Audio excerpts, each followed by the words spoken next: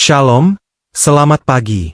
Puji dan syukur kepada Tuhan, kita semua dalam keadaan baik, selalu dalam penyertaan dan perlindungan Tuhan.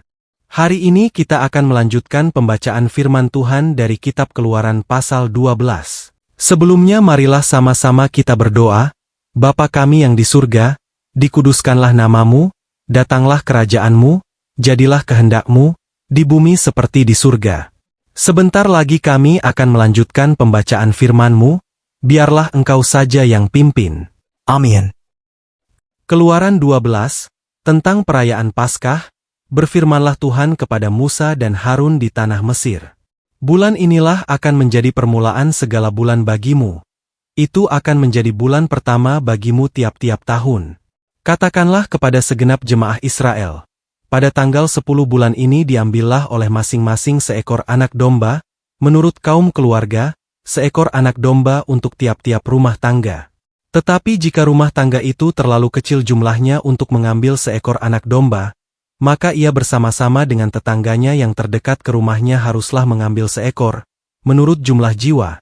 Tentang anak domba itu, kamu buatlah perkiraan menurut keperluan tiap-tiap orang. Anak dombamu itu harus jantan, tidak bercela, berumur setahun, kamu boleh ambil domba atau kambing. Kamu harus mengurungnya sampai hari yang ke-14 bulan ini. Lalu seluruh jemaah Israel yang berkumpul, harus menyembelihnya pada waktu senja. Kemudian dari darahnya haruslah diambil sedikit dan dibubuhkan pada kedua tiang pintu dan pada ambang atas, pada rumah-rumah di mana orang memakannya. Dagingnya harus dimakan mereka pada malam itu juga. Yang dipanggang mereka harus makan dengan roti yang tidak beragi beserta sayur pahit. Janganlah kamu memakannya mentah atau direbus dalam air. Hanya dipanggang di api, lengkap dengan kepalanya dan betisnya dan isi perutnya. Janganlah kamu tinggalkan apa-apa dari daging itu sampai pagi. Apa yang tinggal sampai pagi kamu bakarlah habis dengan api. Dan beginilah kamu memakannya. Pinggangmu berikat, kasut pada kakimu dan tongkat di tanganmu. Buru-burulah kamu memakannya. Itulah Paskah bagi Tuhan. Sebab pada malam ini aku akan menjalani tanah Mesir, dan semua anak sulung, dari anak manusia sampai anak binatang, akan kubunuh, dan kepada semua Allah di Mesir akan kujatuhkan hukuman. Akulah Tuhan. Dan darah itu menjadi tanda bagimu pada rumah-rumah di mana kamu tinggal. Apabila aku melihat darah itu, maka aku akan lewat daripada kamu. Jadi tidak akan ada tulah kemusnahan di tengah-tengah kamu, apabila aku menghukum tanah Mesir. Hari ini akan menjadi hari peringatan bagimu. Kamu harus merayakannya sebagai hari raya bagi Tuhan turun-temurun. Kamu harus merayakannya sebagai ketetapan untuk selamanya. Kamu makanlah roti yang tidak beragi 7 hari lamanya. Pada hari pertama pun kamu buanglah segala ragi dari rumahmu, sebab setiap orang yang makan sesuatu yang beragi, dari hari pertama sampai hari ke-7, orang itu harus dilenyapkan dari antara Israel. Kamu adakanlah pertemuan yang kudus, baik pada hari yang pertama maupun pada hari yang ke-7. Pada hari-hari itu tidak boleh dilakukan pekerjaan apapun. Hanya apa yang perlu dimakan setiap orang, itu sajalah yang boleh kamu sediakan. Jadi kamu harus tetap merayakan hari raya makan roti yang tidak beragi. Sebab tepat pada hari ini juga aku membawa pasukan-pasukanmu keluar dari tanah Mesir. Maka haruslah kamu rayakan hari ini turun-temurun. Itulah suatu ketetapan untuk selamanya.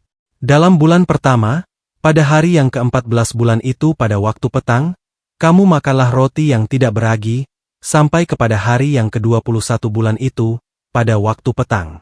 7 hari lamanya tidak boleh ada ragi dalam rumahmu. Sebab setiap orang yang makan sesuatu yang beragi, orang itu harus dilenyapkan dari antara jemaah Israel, baik ia orang asing, baik ia orang asli. Sesuatu apapun yang beragi tidak boleh kamu makan.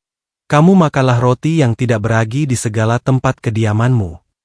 Lalu Musa memanggil semua tua-tua Israel serta berkata kepada mereka, "Pergilah, ambillah kambing domba untuk kaummu dan sembelihlah anak domba Paskah.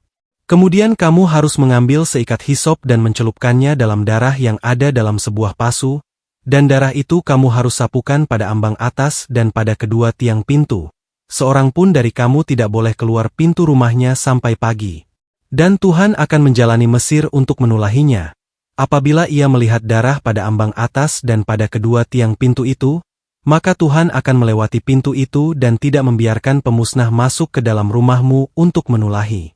Kamu harus memegang ini sebagai ketetapan sampai selama-lamanya bagimu dan bagi anak-anakmu. Dan apabila kamu tiba di negeri yang akan diberikan Tuhan kepadamu, seperti yang difirmankannya, maka kamu harus pelihara ibadah ini. Dan apabila anak-anakmu berkata kepadamu, apakah artinya ibadahmu ini?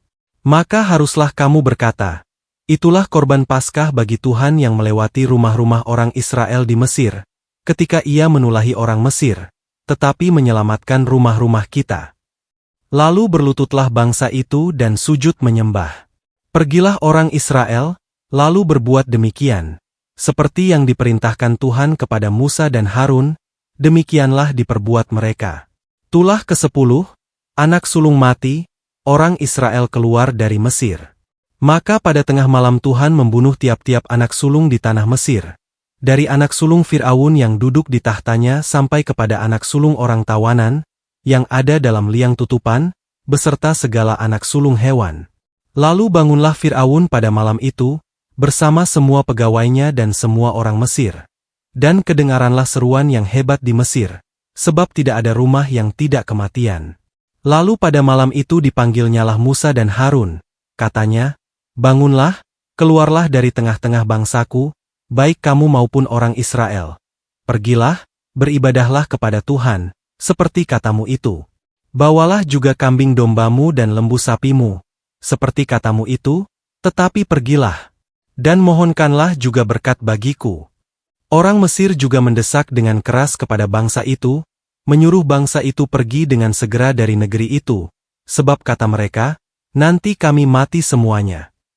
Lalu bangsa itu mengangkat adonannya, sebelum diragi, dengan tempat adonan mereka terbungkus dalam kainnya di atas bahunya. Orang Israel melakukan juga seperti kata Musa.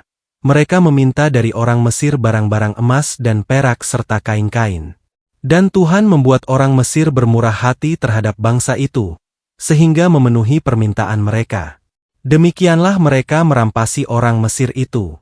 Kemudian berangkatlah orang Israel dari Raamses ke Sukot, kira-kira 600.000 orang laki-laki berjalan kaki, tidak termasuk anak-anak. Juga banyak orang dari berbagai-bagai bangsa turut dengan mereka. Lagi sangat banyak ternak kambing domba dan lembu sapi. Adonan yang dibawa mereka dari Mesir dibakarlah menjadi roti bundar yang tidak beragi, sebab adonan itu tidak diragi, karena mereka diusir dari Mesir dan tidak dapat berlambat-lambat, dan mereka tidak pula menyediakan bekal baginya. Lamanya orang Israel diam di Mesir adalah 430 tahun. Sesudah lewat 430 tahun, tepat pada hari itu juga, keluarlah segala pasukan Tuhan dari tanah Mesir. Malam itulah malam berjaga-jaga bagi Tuhan, untuk membawa mereka keluar dari tanah Mesir. Dan itulah juga malam berjaga-jaga bagi semua orang Israel, turun-temurun, untuk kemuliaan Tuhan. Ketetapan lebih lanjut mengenai Paskah. Berfirmanlah Tuhan kepada Musa dan Harun, inilah ketetapan mengenai Paskah. Tidak seorang pun dari bangsa asing boleh memakannya. Seorang budak belian barulah boleh memakannya, setelah engkau menyunat dia. Orang pendatang dan orang upahan tidak boleh memakannya. Paskah itu harus dimakan dalam satu rumah juga. Tidak boleh kau bawa sedikit pun dari daging itu keluar rumah. Satu tulang pun tidak boleh kamu patahkan. Segenap jemaah Israel haruslah merayakannya, tetapi apabila seorang asing telah menetap padamu dan mau merayakan Paskah bagi Tuhan, maka setiap laki-laki yang bersama-sama dengan dia, wajiblah disunat. Barulah ia boleh mendekat untuk merayakannya. Ia akan dianggap sebagai orang asli. Tetapi tidak seorang pun yang tidak bersunat boleh memakannya. Satu hukum saja akan berlaku untuk orang asli dan untuk orang asing yang menetap di tengah-tengah kamu. Seluruh orang Israel berbuat demikian, seperti yang diperintahkan Tuhan kepada Musa dan Harun, demikianlah diperbuat mereka. Dan tepat pada hari itu juga Tuhan membawa orang Israel keluar dari tanah Mesir, menurut pasukan mereka. Amin. Makna Kitab Keluaran pasal 12, pasal ini sangat penting karena menceritakan Paskah pertama dan keluarnya bangsa Israel dari Mesir. Inilah awal pembebasan nyata dari perbudakan. Berikut makna-maknanya. 1. Anak domba Paskah, ayat 1-13. Setiap keluarga harus menyembelih anak domba tanpa cacat dan mengoleskan darahnya pada tiang pintu. Maknanya adalah, darah adalah tanda perlindungan. Tuhan membedakan umatnya dan melindungi mereka dari hukuman. Dalam iman Kristen, anak domba ini melambangkan pengorbanan Kristus sebagai anak domba Allah. 2. Darah sebagai tanda keselamatan, malaikat maut melewati rumah yang ada tanda darahnya. Maknanya adalah, keselamatan datang karena ketaatan dan iman. Tuhan melihat tanda iman, bukan sekadar status. 3. Roti tidak beragi, ayat 14-20. Bangsa Israel harus makan roti tanpa ragi. Maknanya adalah, ragi melambangkan dosa atau pengaruh lama. Hidup baru harus meninggalkan kehidupan lama. 4. Kesiapan untuk pergi, ayat 11. Mereka makan dengan pakaian siap jalan, kasut di kaki, tongkat di tangan. Maknanya adalah, iman bukan hanya percaya, tetapi siap melangkah. Saat Tuhan bertindak, kita harus siap taat. 5. Hukuman atas Mesir, ayat 29 dan 30. Anak sulung Mesir mati, termasuk anak Fir'aun. Maknanya adalah, Tuhan adil dan berkuasa atas segala ilah Mesir. Penolakan terus-menerus terhadap Tuhan membawa konsekuensi. 6. Awal pembebasan, ayat 31-42. Fir'aun akhirnya membiarkan Israel pergi. Maknanya adalah, janji Tuhan digenapi tepat waktu. Tidak ada kuasa dunia yang dapat menghalangi rencana Tuhan. 7. Paskah menjadi peringatan tetap, ayat 43-51. Tuhan menetapkan Paskah sebagai perayaan turun-temurun. Maknanya adalah, keselamatan harus diingat dan diceritakan. Iman diwariskan kepada generasi berikutnya. Inti Keluaran 12 adalah, Tuhan adalah pembebas. Ia menyelamatkan umatnya melalui darah, ketaatan, dan kuasanya yang besar. Demikian pembacaan firman Tuhan, beserta maknanya untuk hari ini. Sampai berjumpa lagi besok. Tuhan Yesus senantiasa memberkati kita semua. Amin.